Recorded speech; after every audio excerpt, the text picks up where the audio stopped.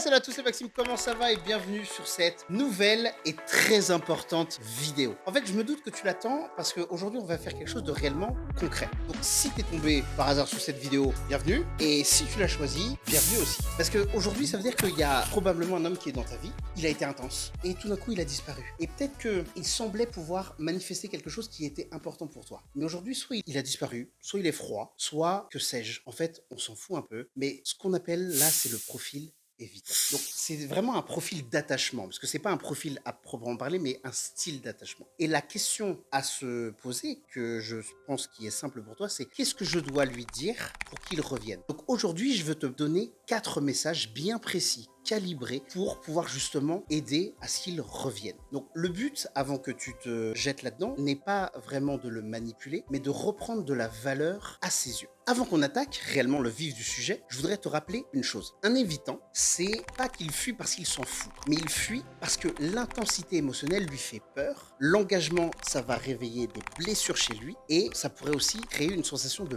perte de contrôle. Il y a forcément une de ces 3 catégories qui va lui arriver. Il faut que tu comprennes que plus tu vas courir après un homme, plus lui, il va te fuir. Plus tu vas expliquer les choses, plus il va avoir tendance à se fermer. Et ce qui le reconnecte, à l'inverse, ça va être un concentré de 3 éléments que moi j'ai qualifié de la prise de manque, le respect et de stabilité émotionnelle. Donc ce sont vraiment ces 3 choses essentiellement qu'on va chercher à réveiller chez un homme. Parce qu'il avait déjà cet intérêt pour toi. Maintenant, ce qu'on voudrait, c'est pouvoir stabiliser tout ça. T'es prête? Ok, on va aller voir quelques cas concrets ensemble.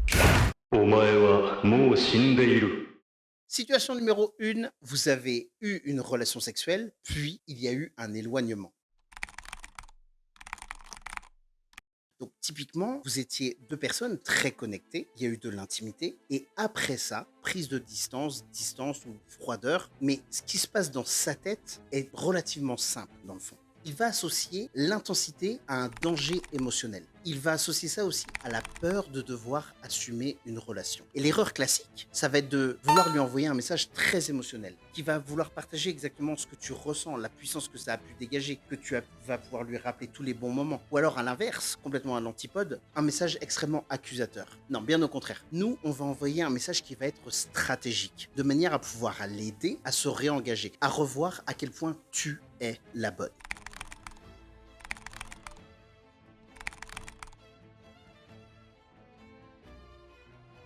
Donc tu vas lui envoyer le message suivant. Je sens qu'on s'est un petit peu perdu dans le rythme et j'ai aimé exactement tout ce qu'on a partagé. Mais j'ai aussi besoin de quelque chose de simple et de sain. Donc prends juste le temps qu'il te faut.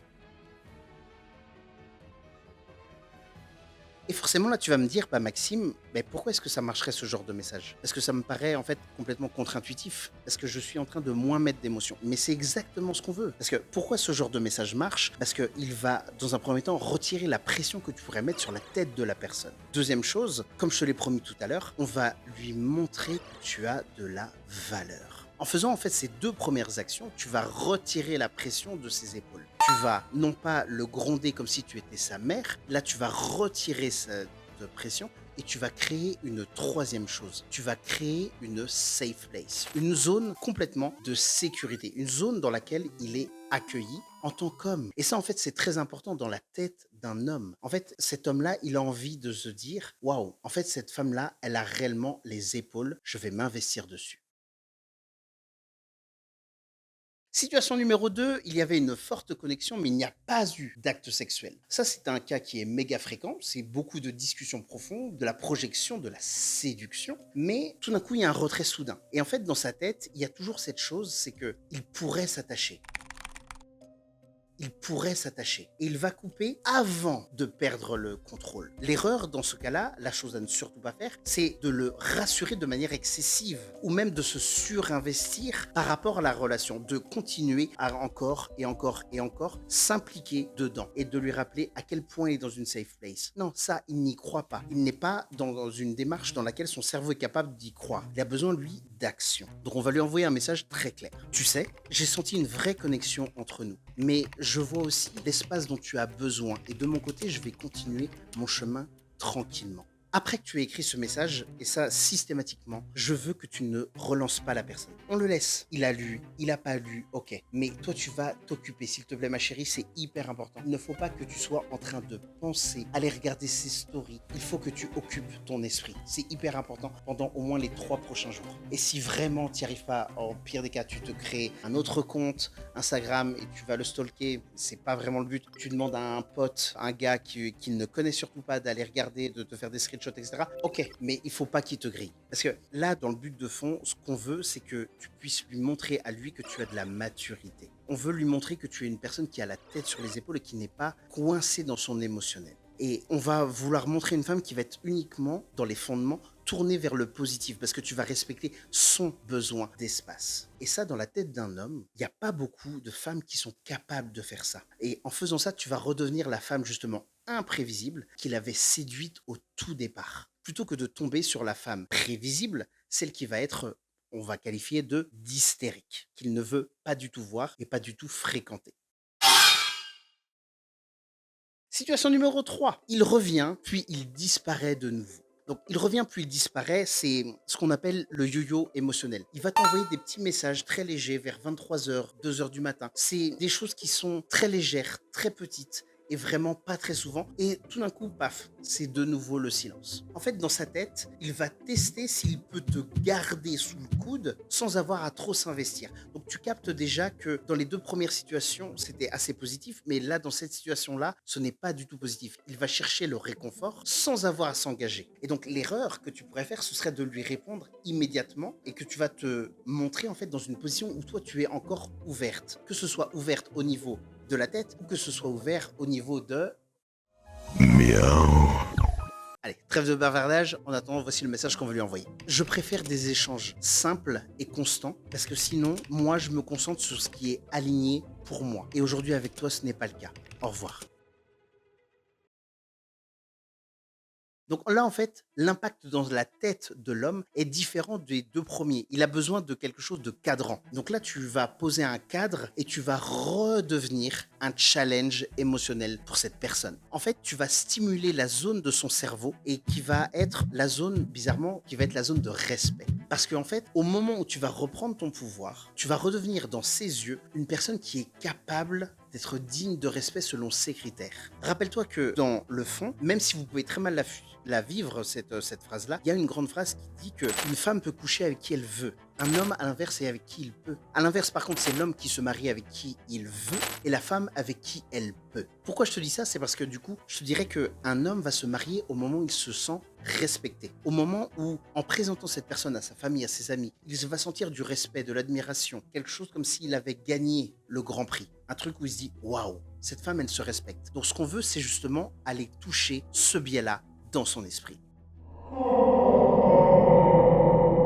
Situation numéro 4, il t'a ghosté après une phase très intense. Et ça, c'est une phase qui est vraiment très douloureuse, je le sais, pour l'avoir vécu et beaucoup bossé avec mes élèves, parce que c'est une phase où vous faites grandir énormément de choses et tout d'un coup, il disparaît. Ça, c'est une sensation d'abandon. Et dans un abandon, il y a toujours 3 phases qu'on retrouve dans n'importe quel abandon. L'abandon, il est soudain, il est inexplicable et surtout, il est extrêmement douloureux. C'est vraiment les 3 critères qui vont faire que oui, j'ai vraiment vécu un abandon et ma blessure d'abandon est activée. Parce qu'en fait, dans sa tête, à un moment donné de votre relation, il y a une surcharge à un niveau émotionnel qui fait qu'il préfère disparaître. Il y a eu beaucoup trop de stimuli et à ce moment-là, il a voulu couper les ponts, il a voulu disparaître. Parce que tout ça, ça l'a envahi en termes d'émotions et ça va provoquer cette fuite brutale du jour au lendemain. L'erreur dans ces cas-là, c'est vraiment d'avoir de longs messages explicatifs ou des messages blessé, où tu vas être en train de pleurer pour expliquer on ne sait quelle chose, mais le message à pouvoir lui envoyer, il va être très simple. J'ai apprécié de te connaître. Si un jour tu veux quelque chose de clair et de posé, tu sais exactement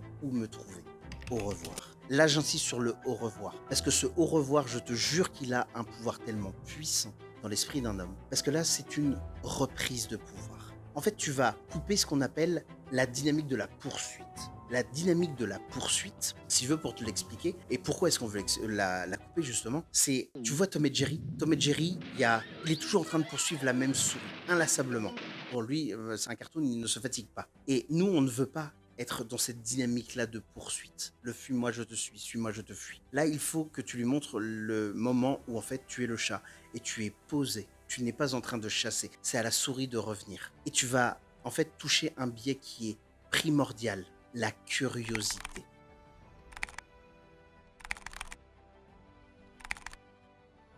Parce que plus un homme est curieux, plus il a envie de découvrir ce qui se passe derrière. Et ça, tu le sais dans ta vie, tu le sais. Tu sais comment ça fonctionne.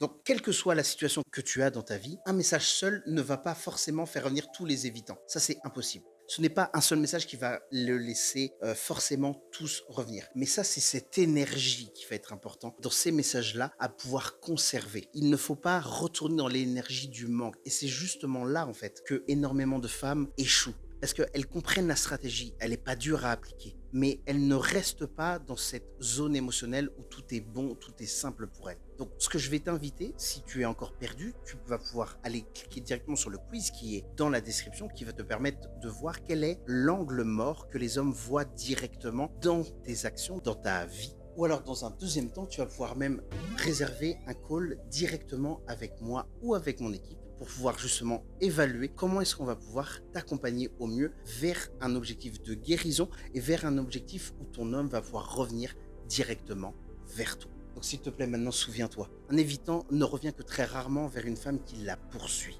Par contre, un homme évitant revient facilement vers une femme qui s'élève. Pourquoi? Parce qu'un évitant choisit toujours la grandeur.